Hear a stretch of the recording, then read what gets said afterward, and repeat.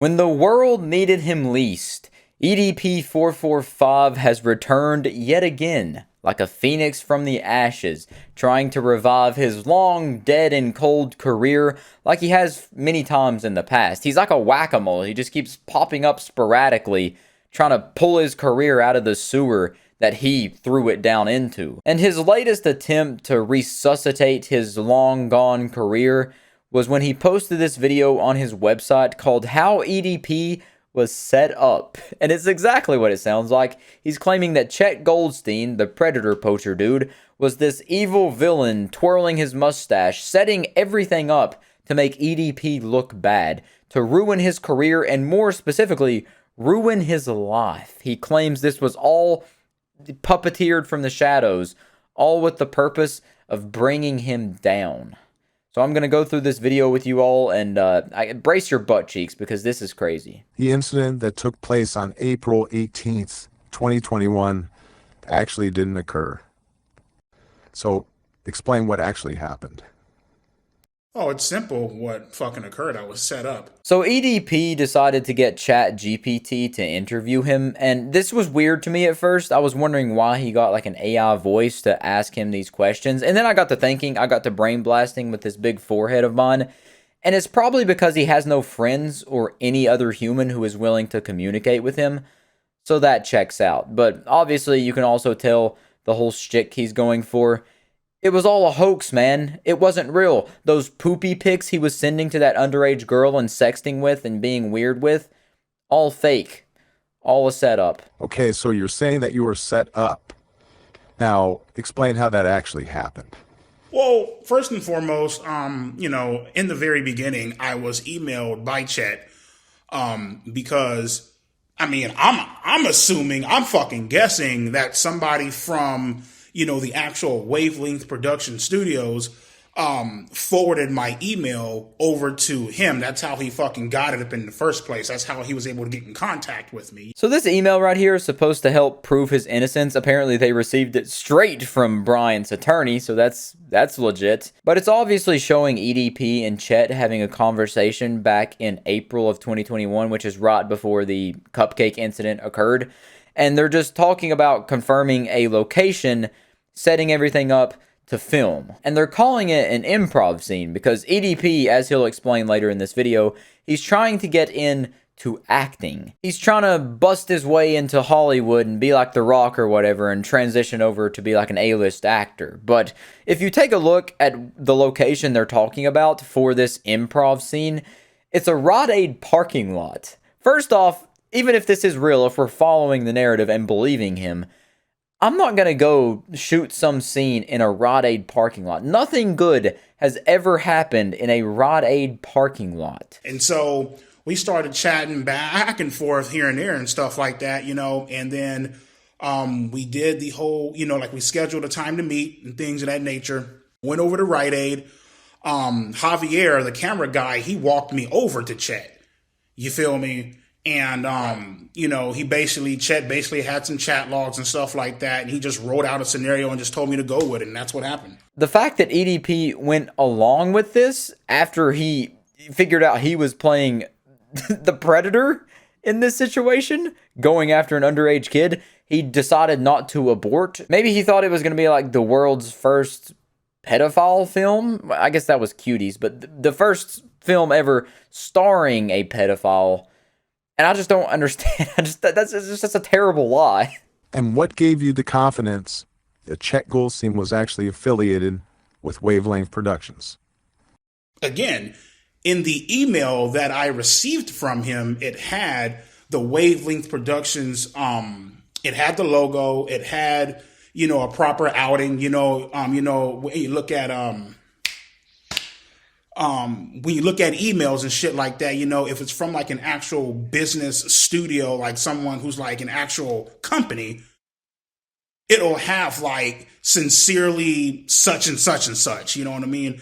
He had his business card attached to the email. Wow, he had a business card attached to the email and said, "Sincerely, Wavelength Productions."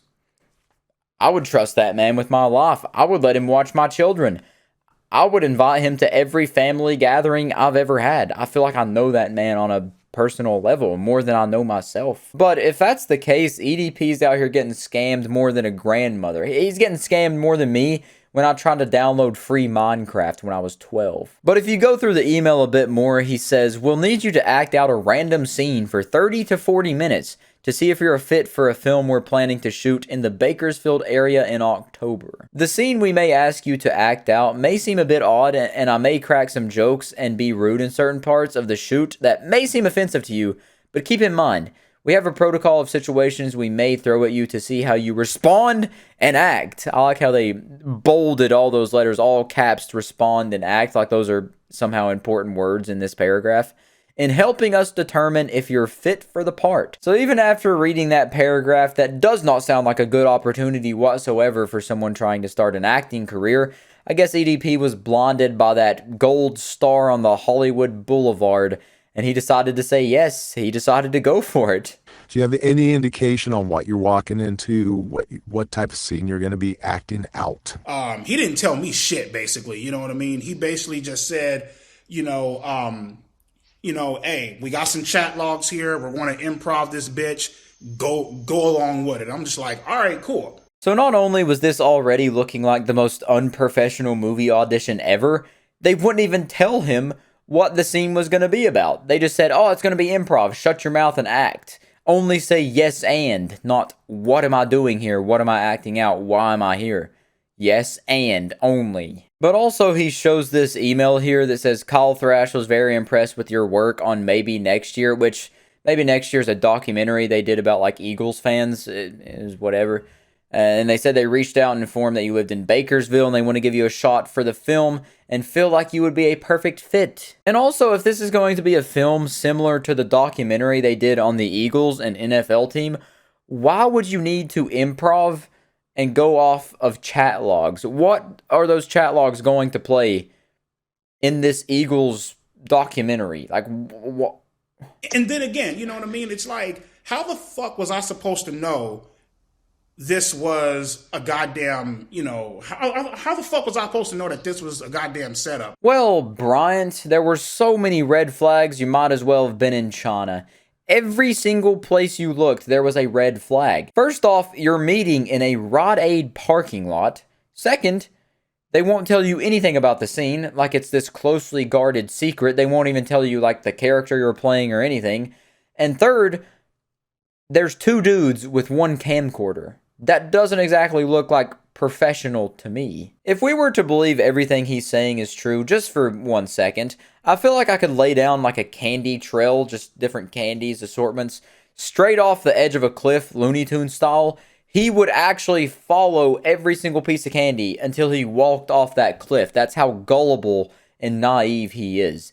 If that's the truth, which it obviously isn't. This is the most bold-faced lie I've ever seen. You know what I mean? Motherfuckers is emailing you and shit. It's like anybody in their right fucking mind would have thought that this was legit. I think I speak for every single conscious being on Earth when I say nobody would have thought this was legit. I would have more faith in a free Robux site than this acting opportunity. All I'm saying, even if this is for a movie role, I'm not going to play the pedophile in the movie. Like, why would a documentary even need a pedophile role? Anyways, unless there was like a stupid amount of money, I'm not going to play the role that EDP played in this video or this supposed movie that was being shot. So at this point, you're feeling very confident that you actually have a film career kind of starting to pick up here.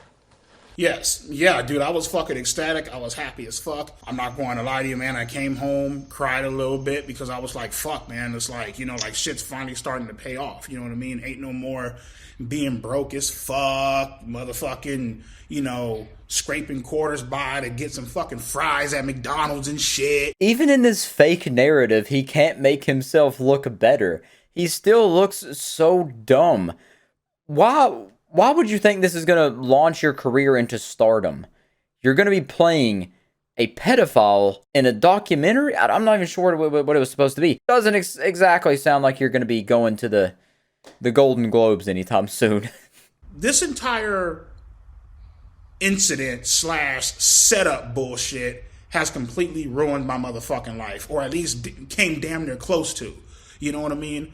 I don't know what to say that I haven't already said. The proof is just undeniable. There is just endless wazoos of proof that he intended to meet up with a minor for sex. That's just an undeniable fact. It's been proven. It is set in stone like the Ten Commandments. And the fact that he's out here trying to rewrite the narrative, thinking people will believe him, and if people do believe him, by golly, do we have some dumb individuals. I'll tell you that much. You literally, not figuratively, have to be dumber than a box of rocks to believe what he is saying right now. Everybody is like, oh, well, fuck EDP. It's all fucking great and gravy. It's like, motherfucker, I thought we lived in a fucking country where justice always fucking prevails. I got fucked. You think we live in a country where justice always prevails? There's more justice being served in Gotham when Batman beats up the bad guys than there is in America, dude. I don't know where you're getting this sense of justice from. Justice is not served very often, if you'll notice. But in your case, justice was served, and it was swift. It was just and swift, because you lost everything, rightfully so. What you did was terrible. I deleted the fucking evidence. You know, other motherfuckers, they're all like, oh, why don't you just come out, make a video, explain all this shit, show the emails up in the video, and just prove to everybody that this was a clear setup. Well, I deleted the fucking emails. You know what I mean? Believe it or not, EDP, that's typically what innocent people do. They know they're innocent, they have the proof and the evidence to back it up, and then they present it all, they show it to everybody so their name won't be sullied and spat on for 2 years for them being a horrible person when they're actually not. Your case is different, however, because it's all true. I just think it's crazy that he's trying to come out with all this new information 2 years after the fact. He was just exposed in 4K Ultra HD, undeniable proof that he was sexting and being very creepy, disgusting with these underage girls. It's just wild that he even attempted to do this. Next thing you know, he's going to be saying the CIA was involved and they were trying to take him down for being an Eagles fan or something. Anyways, this is going to be the last video I make on EDP. I'm going to lay him to rest once and for all. I know I say that to myself every single time I've made a video on this dude, but I mean it this time. I'm putting my foot down. No more EDP. This was just far too goofy to pass up on.